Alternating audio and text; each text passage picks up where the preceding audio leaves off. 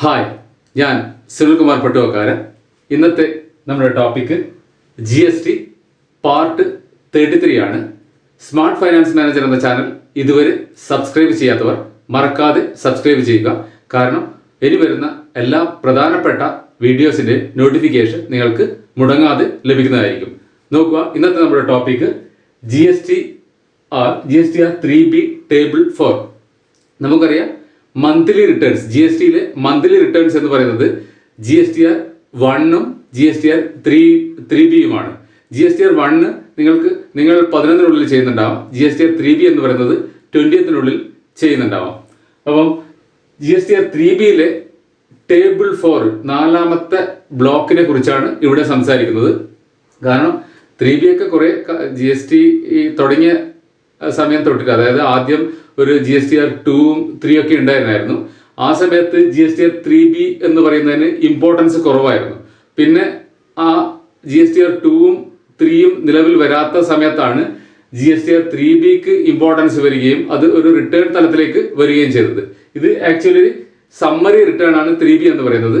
അതിൻ്റെ അകത്ത് 4ാമത്തെ ടേബിളിൽ ഫില്ല് ചെയ്യുന്നതുമായി ബന്ധപ്പെട്ടിട്ടുള്ള ചില ക്ലാരിഫിക്കേഷൻസ് ആണ്. എല്ലാവരും ചെയ്യാറുണ്ട്. ഇത് നിലവിലെ എല്ലാ മാസങ്ങളിലും പൈസ GST ടാക്സ് അടക്കുന്നതുമായി ബന്ധപ്പെട്ടിട്ട് എല്ലാ മാസവും എല്ലാവരും ഫയൽ ചെയ്യുന്നതാണ്. എന്നെങ്കിലും റീസെൻ്റ് ആയിട്ട് ചില ക്ലാരിഫിക്കേഷൻ ഇതുമായി ബന്ധപ്പെട്ടിട്ടുണ്ട്. GSTR-3Bയുടെ 4th കോളവുമായി ബന്ധപ്പെട്ടിട്ട് ചില പ്രാധാന്യങ്ങളുണ്ട്. അത് നിങ്ങളുമായിട്ട് ഞാൻ ഷെയർ ചെയ്യുകയാണ്. നോക്കുക, GSTR-3B ടേബിൾ 4. അതിനകത്ത് സാധാരണ ഇൻഫർമേഷൻ വരുന്നത് ITC Available on inward supplies. Second ITC Reversed, അത് taken wrongly reversed. Third Eligible ITC, അത് 1st -2. ഇനി 4th Ineligible ITC. ഇങ്ങനെ 4 കാര്യങ്ങളാണ് GSTR-3Bയിലെ ടേബിൾ 4 വരുന്നത്. ഒന്നാമത്തെ ഇൻഫർമേഷൻ ITC Available, അതായത് നിങ്ങൾക്ക് ക്ലെയിം ചെയ്യാൻ പറ്റുന്ന എല്ലാ ITCയുമാണ്, നിങ്ങൾക്ക് ലഭ്യമായിട്ടുള്ള എല്ലാ ITCയുമാണ് ഈ കോളത്തിൽ ചോദിക്കുന്നത്. നിങ്ങൾ ഇതുവരെ കാണിച്ചുകൊണ്ടിരുന്നത് അത് അങ്ങനെ തന്നെയാണ്. സെക്കൻഡ് ITC Reversed, നിങ്ങൾ തെറ്റായി ഏതെങ്കിലും ITC ക്ലെയിം ചെയ്തു പോയി അങ്ങനെ റിവേഴ്സ് ചെയ്തിട്ടുണ്ടെങ്കിൽ ആ കാര്യങ്ങളാണ് ഇവിടെ കാണിക്കേണ്ടത്. സെക്കൻഡ് കോളത്തിൽ ITC Reversed എന്ന് പറയുന്നത്. ഇനി തേർഡ് കോളം എലിജിബിൾ ITC എന്ന് പറയുന്നത് ഈ ITC അവൈലബിളിൽ നിന്ന് ITC Reversed, അതായത് നിങ്ങൾക്ക് ലഭ്യമായ ഒരു മാസം നിങ്ങൾക്ക് ലഭ്യമായ ITCയിൽ നിന്ന് ITC റിവേഴ്സ് എന്തെങ്കിലും ചെയ്തിട്ടുണ്ടെങ്കിൽ അതാണ് ഇനി എടുക്കാൻ നിങ്ങൾക്ക് യോഗ്യമായ ITC എന്ന് പറയുന്നത്. അതായത് 1 - 2 ആണ് എലിജിബിൾ ITC. ഈ 3 കോളങ്ങൾ നിങ്ങൾ സാധാരണയായി ഫിൽ ചെയ്തിട്ടുണ്ടാവാം. 4ാമത്തെ കോളം ഇനെലിജിബിൾ ITC എന്ന് പറഞ്ഞിട്ടുണ്ട്. നോർമലി ഈ കോളം ആരും ഫിൽ ചെയ്ത് കാണാറില്ല. ഇതുമായി ബന്ധപ്പെടുത്തിയിട്ടാണ് ഇവിടെ ഒരു ക്ലാരിഫിക്കേഷൻ പറയാൻ പോകുന്നത്. Normally practice followed by most of the business people. എല്ലാവരും എന്നല്ല, ഓൾമോസ്റ്റ് ആൾക്കാരും ഈ ഇനെലിജിബിൾ ITC ഫിൽ ചെയ്യുന്നില്ല എന്നതാണ് GST ഡിപ്പാർട്ട്മെന്റ് കണ്ടെത്തിയിരിക്കുന്നത്. ഇത് ഫിൽ ചെയ്യാതിരിക്കാനുള്ള കാരണം റീസൺ ഒന്ന്, ineligible input clubbed with relevant expenses and booked as part of the total cost.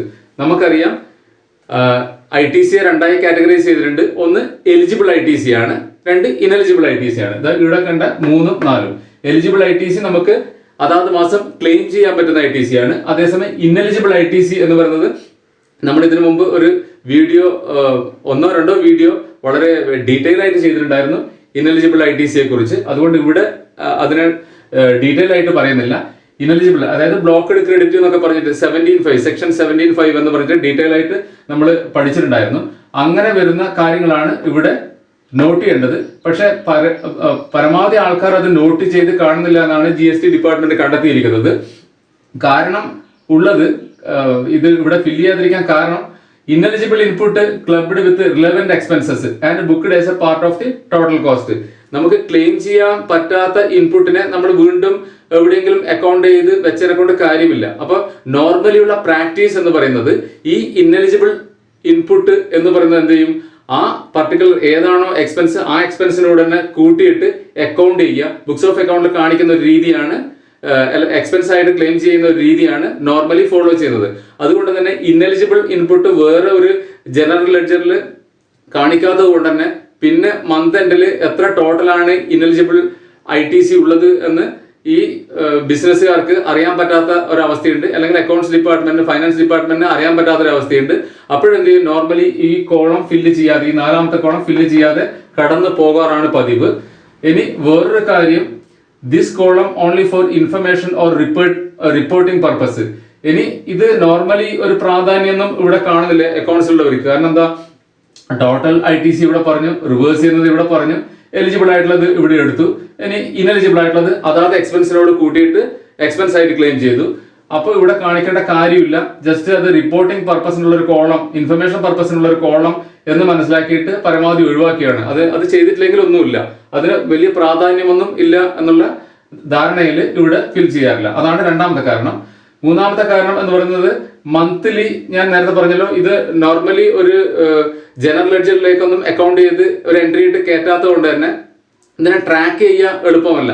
കാരണം അതാത് സമയത്ത് നിങ്ങൾ എന്ത് ചെയ്തു, എക്സ്പെൻസിലൂടെ തന്നെ നോക്കി നിങ്ങൾക്ക് ബില്ല് കിട്ടി, അത് എലിജിബിൾ ആണെങ്കിൽ നിങ്ങൾ എന്ത് ചെയ്തു, ഇൻപുട്ട് CGST, ഇൻപുട്ട് SGST എന്ന് പറഞ്ഞാൽ ഡെബിറ്റ് ചെയ്തിട്ട് അതാത് ലെഡ്ജറിലേക്ക് കയറ്റി. അതേസമയം ഇനെലിജിബിൾ ആണെന്ന് കണ്ടിട്ടുണ്ടെങ്കിൽ ഈ ഇൻപുട്ട് SGST, CGST എന്നൊന്നും കാണിക്കാതെ എന്ത് ചെയ്യും, ടോട്ടൽ എക്സ്പെൻസ് ഹെഡിലേക്ക് തന്നെ ക്ലബ് ചെയ്തിട്ട് എക്സ്പെൻസ് ആയിട്ട് ക്ലെയിം ചെയ്യുകയാണ് ചെയ്യുക. അപ്പോൾ ഇതിനെ ട്രാക്ക് ചെയ്യുക പിന്നെ മന്ത് എൻഡിൽ വളരെ ബുദ്ധിമുട്ടായിരിക്കും. അപ്പോൾ ഒരു സെപ്പറേറ്റ് ജനറൽ ലെഡ്ജറില്ല ട്രാക്ക് ചെയ്യാൻ പറ്റാത്തതുകൊണ്ടാണ്, ഈ 3 കാരണത്താലായിരിക്കാം ഈ കോളത്തിൽ ആൾക്കാർ ഇനെലിജിബിൾ ITC എന്ന എമൗണ്ട് കാണിക്കാത്തത്.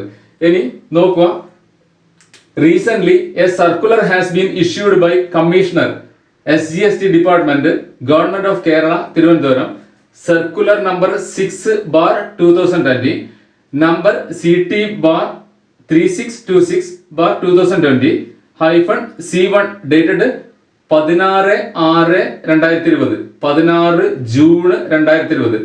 സബ്ജക്ട് എന്താണ്, correct declaration of ITC in monthly GSTR-3B. ഇനി നിങ്ങളുടെ ശ്രദ്ധയിലേക്ക് ഞാൻ കൊണ്ടുവരുന്നത് റീസെന്റ് ആയിട്ട് വന്ന ഒരു സർക്കുലർ ആണ്, has been issued by commissioner of SGST department, government of Kerala, Thiruvananthapuram. ഏത് ഡേറ്റിലാണ് വന്നിട്ടുള്ളത്, 16/6/2020, ജൂൺ മാസം 16th ഈ സർക്കുലർ വന്നിരിക്കുന്നത്. സബ്ജക്ട് എന്താണ്, സർക്കുലറിന്റെ സബ്ജക്ട് എന്താണ്, correct declaration of ITC in monthly GSTR-3B. നിങ്ങൾ ചെയ്യുന്ന മന്ത്ലി GSTR-3Bയിൽ ITC കറക്റ്റ് ആയിട്ട് ഡിക്ലെയർ ചെയ്യണം. Declaration of ITC in monthly GSTR-3B correct ആയിട്ട് മന്ത്ലി 3Bയിൽ GSTR-3Bയിൽ ITC ഡിക്ലെയർ ചെയ്യുന്നതുമായി ബന്ധപ്പെട്ടിട്ടുള്ള ഒരു സർക്കുലർ ആണ് ഈ സർക്കുലർ 6/2020 ഇഷ്യൂ ചെയ്തിരിക്കുന്നത് commissioner of SGST department, government of Kerala, Thiruvananthapuram. ഇനി അതിൻ്റെ അകത്ത് എന്താ പറയുന്നത് നോക്കുക, where by the issue of non disclosure of ineligible ITC has been highlighted, which is resulting in significant tax losses to the state exchequer, care of fund transfer mechanism by center and state. ഇതിൻ്റെ അകത്ത് എടുത്തു പറഞ്ഞിരിക്കുന്നത് 3Bയിലെ ഈ ITCയുടെ column വളരെ വ്യക്തമായിട്ടും clear ആയിട്ടും നിങ്ങൾ declare ചെയ്യണം. അത് ഡിക്ലെയർ ചെയ്യാത്ത പക്ഷം non disclosure of ineligible ITC has been highlighted, which is resulting in significant tax losses. അതായത് സ്റ്റേറ്റിന് വളരെ ടാക്സ്, അതായത് അവരുടെ റവന്യൂവിൽ വളരെ കുറവ് വരുന്നുണ്ട്.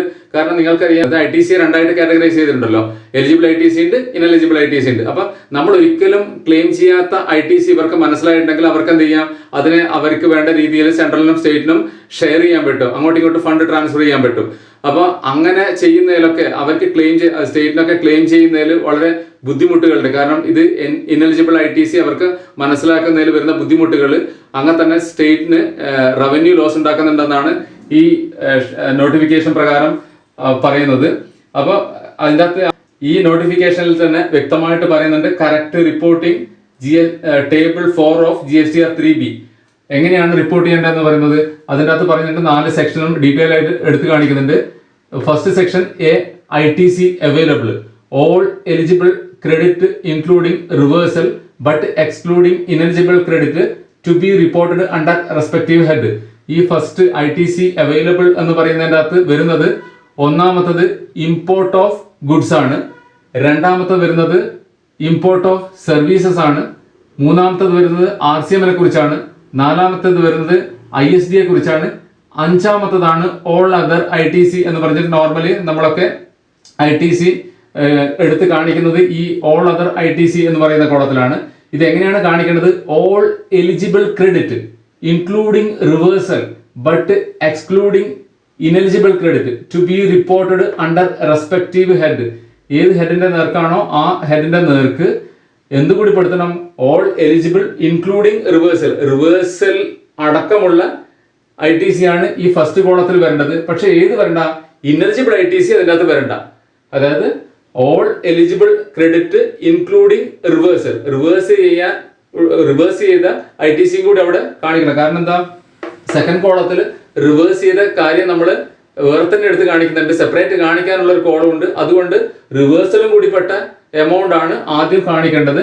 All eligible credit including reversal. പക്ഷെ ഏത് കാണിക്കണ്ട? ഇനെലിജിബിൾ കാണിക്കണ്ട. കാരണം ഇനെലിജിബിൾ കാണിക്കാനുള്ള കോളം വേറെ താഴെ പറയുന്നുണ്ട്. അപ്പൊ അങ്ങനെയുള്ള ഒരു എമൗണ്ട് ആണ് അതാത് ഹെഡിന്റെ നേർക്ക് ഈ ഫസ്റ്റ് പാർട്ടിൽ വരേണ്ടത്. B ITC reversed.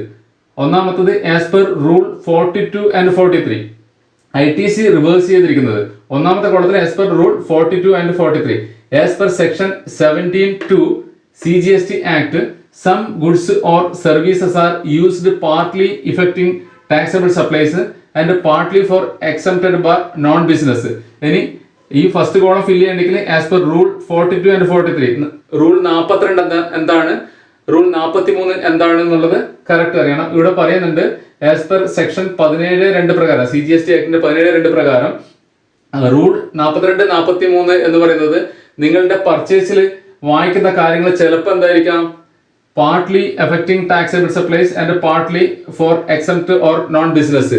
ആ വാങ്ങിച്ച ടോട്ടൽ ഗുഡ്സിന് കുറച്ച് ടാക്സബിൾ സപ്ലൈക്ക് വേണ്ടിയിട്ടും പാർട്ട്ലി എക്സംപ്റ്റഡോ അല്ലെങ്കിൽ നോൺ ബിസിനസ്സിനോ വേണ്ടി ഉപയോഗിക്കുന്നുണ്ടെങ്കിൽ ആ നമ്മൾക്ക് വന്ന ചെലവ്, ഗുഡ്സോ സർവീസസിനോ വന്ന ചെലവ് നമ്മൾ അത് എടുത്തതിന് ശേഷം, വാങ്ങിച്ചതിന് ശേഷം നമ്മൾ യൂസ് ചെയ്യുന്നത് ഒന്നിക്കൽ കുറച്ച് ഭാഗം പാർട്ട്ലി ബിസിനസ്സിനാണ്, പാർട്ട്ലി എക്സംപ്റ്റഡിനോ പാർട്ട്ലി നോൺ ബിസിനസ്സിനോ ആണെങ്കിൽ എത്രയാണോ ബിസിനസ്സിന് വേണ്ടി ചെലവാക്കിയിരിക്കുന്നത് അത് മാത്രമേ നമുക്ക് ക്ലെയിം ചെയ്യാൻ പറ്റൂ. ബാക്കി വരുന്ന പ്രൊപ്പോർഷൻ ആയിട്ടുള്ള ITC എന്ത് ചെയ്യണം? റിവേഴ്സ് ചെയ്യണം. അങ്ങനെ റിവേഴ്സ് ചെയ്യുന്ന കാര്യങ്ങളാണ് ഈ ഫസ്റ്റ് കോളത്തിന് നേർക്ക് ആസ് പെർ റൂൾ 42 and 43 എന്ന് പറയുന്നതിന് നേർക്ക് കാണിക്കേണ്ടത്. അതായത് നോൺ ബിസിനസ്സിനോ എക്സംപ്റ്റിനോ വേണ്ടിയിട്ട് എന്തെങ്കിലും ചെലവാക്കിയിട്ട് ആ പോർഷൻ ആയിട്ടുള്ള ITC നമുക്ക് ക്ലെയിം ചെയ്യാതെ ഉണ്ടെങ്കിൽ ആ പോർഷനാണ് ഇവിടെ കാണിക്കേണ്ടത്. ഇനി second other ITC reversal as per rule 37. അപ്പോൾ റൂൾ 37 എന്താണെന്ന് നോക്കണം. നമുക്കറിയാം റൂൾ 37 എന്ന് പറയുന്നത് നമുക്കറിയാം ITC ക്ലെയിം ചെയ്യുന്നതിന് ഒരു 150 ദിവസത്തിന്റെ ഒരു റൂൾ ഉണ്ടായിരുന്നു. അതായത് നിങ്ങൾക്ക് സപ്ലൈ ചെയ്ത ആൾക്ക് റിസീപ്പിയന്റ് എന്ത് ചെയ്യണം? 150, ആ സ്വീകരിച്ച ആള്, വാങ്ങിയ ആൾ എന്ത് ചെയ്യണം? സപ്ലയർക്ക് 150 ദിവസത്തിനുള്ളിൽ ആ പേയ്മെന്റ് കംപ്ലീറ്റ് കൊടുത്ത് തീർത്തിട്ടുണ്ടെങ്കിൽ മാത്രമേ ITC ക്ലെയിം ചെയ്യാൻ പറ്റൂ എന്ന് പറഞ്ഞിട്ട് റൂൾ ഉണ്ട്. അതാണ് റൂൾ 37. അങ്ങനെ നിങ്ങൾ പേയ്മെന്റ് 180 ദിവസത്തിനുള്ളിൽ കൊടുക്കുന്നില്ല എങ്കിൽ നിങ്ങൾക്ക് ITC ആ ക്ലെയിം ചെയ്ത് പോയിട്ടുണ്ടെങ്കിൽ, മുൻപേ ക്ലെയിം ചെയ്ത് പോയിട്ടുണ്ടെങ്കിൽ നിങ്ങൾ എന്ത് ചെയ്യണം? അത് റിവേഴ്സ് ചെയ്യണം. ഇനി അങ്ങനെയല്ല, പാർട്ട് പേയ്മെന്റ് ആണ് ആ ബില്ലിന് അഗൈൻസ്റ്റ് കൊടുത്തിരിക്കുന്നതെങ്കിൽ, അതായത് 3 ലക്ഷത്തിന്റെ ബില്ലായിരുന്നു നിങ്ങൾ വാങ്ങിച്ചിരിക്കുന്നത്, പർച്ചേസിന്റെ ബില്ല് 3 ലക്ഷമാണ്, നിങ്ങൾ 1.5 ലക്ഷത്തിന്റെ എമൗണ്ട് മാത്രമേ കൊടുത്തിട്ടുള്ളൂ അപ് ടു 180 ഡേയ്സ് വരെ. ബാക്കി എമൗണ്ട് 150 ദിവസം കഴിഞ്ഞിട്ട് ആണ് കൊടുത്തിരിക്കുന്നത്. 1,50,000 പിന്നെയാണ് കൊടുക്കുന്നത് എങ്കിൽ നിങ്ങൾക്ക് ആ 1,50,000 പ്രൊപ്പോർഷനേറ്റ് ക്രെഡിറ്റ് മാത്രമേ അവൈൽ ചെയ്യാൻ പറ്റൂ. അപ്പൊ ബാക്കിയുള്ള 1.5 ലക്ഷത്തിന്റെ ITC എവിടെ കാണിക്കണം? ഈ റിവേഴ്സൽ എടുത്ത് കാണിക്കണം. അപ്പൊ ഈ എയിൽ നിന്ന് ബി മൈനസ് ചെയ്ത് കഴിഞ്ഞാൽ എന്തായി? നെറ്റ് ITC അവൈലബിൾ കിട്ടും. അതായത് മൂന്നാമത്തെ കോളം നമ്മൾ ഫില്ല് ചെയ്യേണ്ടതല്ല, അത് ഓട്ടോ പോപ്പുലേറ്റ് ആയിട്ട് വരും. ഇതിൻ്റെ അകത്ത് എയിൽ നിന്ന്, അതായത് ITC അവൈലബിളിൽ നിന്ന് ബി, അതായത് ITC റിവേഴ്സ്ഡ് ലെസ് ചെയ്യുമ്പോൾ നമുക്ക് എന്ത് കിട്ടി? നെറ്റ് ITC അവൈലബിൾ എന്ന് പറയുന്ന എമൗണ്ടിലേക്ക് നമ്മൾ എത്തിച്ചേർന്നു. ഇനി ഫോർത്ത് ആണ് ഇനെലിജിബിൾ ITC എന്ന് പറയുന്നത്. നമ്മുടെ കഥാപാത്രം ഇതാണ്. ഈ കോളങ്ങളൊക്കെ എയും ബിയും സി ഒക്കെ ഓൾറെഡി നമ്മൾ ചെയ്യുന്ന തന്നെയുണ്ട്. എനിക്ക് തോന്നുന്നു കുറച്ച് ഭാഗം ആൾക്കാർ മിസ്സായിക്കൊണ്ടിരിക്കുന്നത് ഈ ഡി എന്ന് പറയുന്ന ഇന്നെലിജിബിൾ ITC കോളമാണ്. അതിനുള്ള കാരണങ്ങൾ നമ്മൾ നേരത്തെ പറഞ്ഞിട്ടുണ്ട്. ഇവിടെ തന്നെയാണ് ആരുടെയും ശ്രദ്ധ GST ഡിപ്പാർട്ട്മെന്റ്. കാരണം ആ മൊത്തം ITC എടുക്കാൻ പറ്റുന്നത്, ഇനി നമ്മൾ ഒരിക്കലും ക്ലെയിം ചെയ്യാത്തത് എന്നുള്ള രീതിയിൽ നിങ്ങൾ ബൈഫർക്കേറ്റ് ചെയ്തിട്ടുണ്ടോ എന്നുള്ളതാണ് GST ഡിപ്പാർട്ട്മെന്റ് നോട്ടം. അതിനാണ് ഈ സർക്കുലർ ഇറക്കിയിരിക്കുന്നത്. അപ്പോൾ ആ ഇനലിജിബിൾ ITC എന്ന് പറയുന്നിടക്ക 2 കോളമാണ് കാണിച്ചിരിക്കുന്നത്. ആസ് പെർ സെക്ഷൻ 17(5) നമ്മൾ നേരത്തെ പറഞ്ഞ ബ്ലോക്ക്ഡ് ക്രെഡിറ്റ് അല്ലെങ്കിൽ ഇനലിജിബിൾ ITC എന്ന് പറയുന്ന ഒന്നിൻ്റെ അകത്ത് നമ്മൾ ഡീറ്റെയിൽ ആയിട്ട് പഠിച്ചിട്ടുണ്ടായിരുന്നു. അങ്ങനെ സെക്ഷൻ 17(5) പ്രകാരം നിങ്ങൾക്ക് ക്ലെയിം ചെയ്യാൻ പറ്റാത്ത ഒരു ലിസ്റ്റ് തന്നെ പറഞ്ഞിട്ടുണ്ട്. ആ ലിസ്റ്റിൽ പെടുന്ന ഏതെങ്കിലും എക്സ്പെൻസ് ഉണ്ടെങ്കിൽ നിങ്ങൾ അതാണ് ഇവിടെ കാണിക്കേണ്ടത്. ഇനലിജിബിൾ ITC ഉണ്ടെങ്കിൽ നിങ്ങൾക്ക് ITC ഓപ്പോസിറ്റ് പാർട്ടി ഫയൽ ചെയ്തിട്ട് ചിലപ്പം GSTR-2A വന്നിട്ടുണ്ടാവാം, പക്ഷെ നിങ്ങൾ അത് ക്ലെയിം ചെയ്യുന്നില്ല. കാരണം എന്താണ്? ഇനലിജിബിൾ ITC ആണ് എന്ന് പറഞ്ഞുകൊണ്ട് ഈ കോളത്തിൽ 17(5) പെടുന്നതാണെങ്കിൽ അവിടെ കാണിക്കണം. ഇനി second, others shall include ineligible credit as per section 17(4) read with rule 38 and any other ineligible ITC. ഇനി ഇവിടെയും ഞാൻ പറഞ്ഞല്ലോ, ഇനലിജിബിൾ 2 കോളായിട്ട് തരംതിരിച്ചിട്ടുണ്ട്. ഒന്ന് 17(5) പ്രകാരം ബ്ലോക്ക്ഡ് ക്രെഡിറ്റ് പ്രകാരമുള്ള ITC ആണെങ്കിൽ ഇവിടെ കാണിക്കണം. ഇനി രണ്ടാമത്തെ അതേഴ്സ് എന്ത് കാണിക്കണം? Shall include ineligible ITC as per section 17(4) read with rule 38, അതായത് 17(4) as per section 17(4) read with rule 38. എന്താണ് ഇത്? നമുക്ക് വരുന്നതല്ല, ബാങ്കിങ് കമ്പനീസ് ആൻഡ് ബാങ്കിങ് സെക്ടറിനുള്ളതാണ്. നോർമൽ ട്രേഡേഴ്സിനുള്ളതല്ല. അതുകൊണ്ട് ഞാനിവിടെ വിവരിക്കുന്നില്ല. ഇത് ബാങ്കിങ് കമ്പനീസ് ആൻഡ് ബാങ്കിങ് സെക്ടറിന് വേണ്ടിയിട്ടുള്ളതാണ്. ഇനി അതല്ല, വേറെ അതായത് 17(5) പ്രകാരം അല്ലാത്ത ഏതെങ്കിലും ഇനലിജിബിൾ ITC ഉണ്ടെങ്കിൽ അതും ഈ അതേഴ്സിലാണ് കാണിക്കേണ്ടത്. ഇനി അതർ ഇനലിജിബിൾ ITC 17(5) പെടാത്ത ഏതെങ്കിലും ഇനലിജിബിൾ ITC ഉണ്ടെങ്കിൽ അത് ഈ അതേഴ്സ് എന്ന് പറഞ്ഞ സെക്കൻഡ് കോളത്തിലാണ് കാണിക്കേണ്ടത്. ഇനി ഇത്രയുമാണ് ഇതിനെക്കുറിച്ച് പറയാനുള്ളത്. നോക്കുക, ഇനിയിപ്പോൾ ഓൾറെഡി ചെയ്തു പോയ കാര്യങ്ങളാണെങ്കിൽ ഫിനാൻഷ്യൽ ഇയർ 17-18 ഓൾറെഡി നമ്മൾ ചെയ്തു പോയി, 3B ഒക്കെ കഴിഞ്ഞു, ആനുവലും കഴിഞ്ഞു, ഇനി അതിൻ്റെ അകത്തൊന്നും ചെയ്യാനില്ല. ഇനി financial year 18-19 to be corrected in annual return. ഇതിയുടെ സർക്കുലർ ഇതിൽ പറയുന്നത്, GST ഡിപ്പാർട്ട്മെന്റ് പറയുന്നത്, ഇനി 18-19 ആണെങ്കിൽ നിങ്ങൾക്ക് എന്ത് ചെയ്യാം? ആനുവൽ റിട്ടേണിലൂടെ കറക്റ്റ് ചെയ്യാം. ഇനി 19-20 നിങ്ങൾക്ക് എന്ത് ചെയ്യാം? To be reported in GSTR-3B filed between April 2020 to September 2020. ഇനി 19-20 ഫിനാൻഷ്യൽ 19-20 നിങ്ങൾക്ക് എന്ത് ചെയ്യാം? April 2020 തൊട്ടിട്ട് September 2020 വരെയുള്ള റിട്ടേണിൽ അതെന്ത് ചെയ്യാം? ആ ഇൻഫർമേഷൻ കൂടി നിങ്ങൾക്ക് അതിൻ്റെ അകത്ത് ഉൾപ്പെടുത്താൻ പറ്റും. ഇനി financial year 2020-21 to be reported in subsequent period. ഇനി ഈ റണ്ണിങ് പീരീഡിൽ നിങ്ങൾക്ക് എന്ത് ചെയ്യാം? അതാത് സബ്സിക്വന്റ് പീരീഡിൽ തന്നെ നിങ്ങൾക്ക് എന്താക്കിയിട്ട് കാണിക്കുക? ഇനലിജിബിൾ ITC ആക്കിയിട്ട് കാണിക്കുക. അതായത് ടോട്ടൽ ITC എലിജിബിളും ഇനലിജിബിളും ആയിട്ട് വളരെ കറക്റ്റായിട്ട് ബൈഫർക്കേറ്റ് ചെയ്യുക. അങ്ങനെയാണെങ്കിൽ GST ഡിപ്പാർട്ട്മെന്റിന് വളരെ എളുപ്പമായിരിക്കാം അവരുടെ കാര്യം. ഇങ്ങനെയുള്ള റവന്യൂ ലോസ് അവർക്ക് വരില്ല എന്നുള്ളതാണ് കണ്ടെത്തൽ. അതുകൊണ്ട് തന്നെ ഈ സർക്കുലർ മറക്കാതിരിക്കുക. ഇനി GSTR-3B ഫയൽ ചെയ്യുന്ന സമയത്ത് ഇത് വളരെ കറക്റ്റായിട്ട് ഓർമ്മിക്കുക. ഈ ഇനലിജിബിൾ ITC കറക്റ്റായിട്ട് കാണിക്കണം എന്നുള്ളത്. അതുപോലെ തന്നെ പല ആൾക്കാർ റിവേഴ്സിലൊന്നും കറക്റ്റ് കാണിക്കാത്തത് കൊണ്ട് തന്നെ, അതായത് നെറ്റ് എന്താണോ എടുക്കാൻ പറ്റുന്നത്, ചെറിയ ആള് ആ നെറ്റ് മാത്രം കാണിക്കും, അവിടെ റിവേഴ്സിൽ കാണിക്കില്ല. അപ്പൊ അങ്ങനെയൊക്കെ കാണിക്കുന്ന സമയത്ത് വളരെ പിന്നെയുള്ള സമയങ്ങളിൽ ആനുവലൊക്കെ ചെയ്ത് പിന്നെ അവരെന്തെങ്കിലും ക്വറി വന്നിട്ട്, ഇപ്പോഴും തന്നെ പറഞ്ഞല്ലോ GST ലെറ്റേഴ്സിന്റെ ഒരു പ്രളയമാണ് നടന്നുകൊണ്ടിരിക്കുന്നത്. എല്ലാം ഓൾമോസ്റ്റ് ആൾക്കാർക്കും അത് കിട്ടിയിട്ടുണ്ട്. അതുമായിട്ട് ബന്ധപ്പെടുത്തിയിട്ടുള്ള തിരക്കിൽ തന്നെയാണ് ഓരോ അക്കൗണ്ട്സ് വിഭാഗം, ഫിനാൻസ് വിഭാഗങ്ങളും ഉള്ളത്. അപ്പൊ ആ സമയത്ത് നിങ്ങൾ അതിന്റെ ഡീറ്റെയിൽ കൊടുക്കാൻ വളരെ ബുദ്ധിമുട്ടും. ഇപ്പോഴും തന്നെ അത് വളരെ കറക്റ്റായിട്ട് റിപ്പോർട്ട് ചെയ്യുന്നതാണെങ്കിൽ പിന്നീടുള്ള തലവേദന നിങ്ങൾക്ക് ഒഴിവാക്കാൻ പറ്റും. അപ്പോൾ ഇത്രയും പറഞ്ഞുകൊണ്ട് നിർത്തുന്നു. താങ്ക്സ്.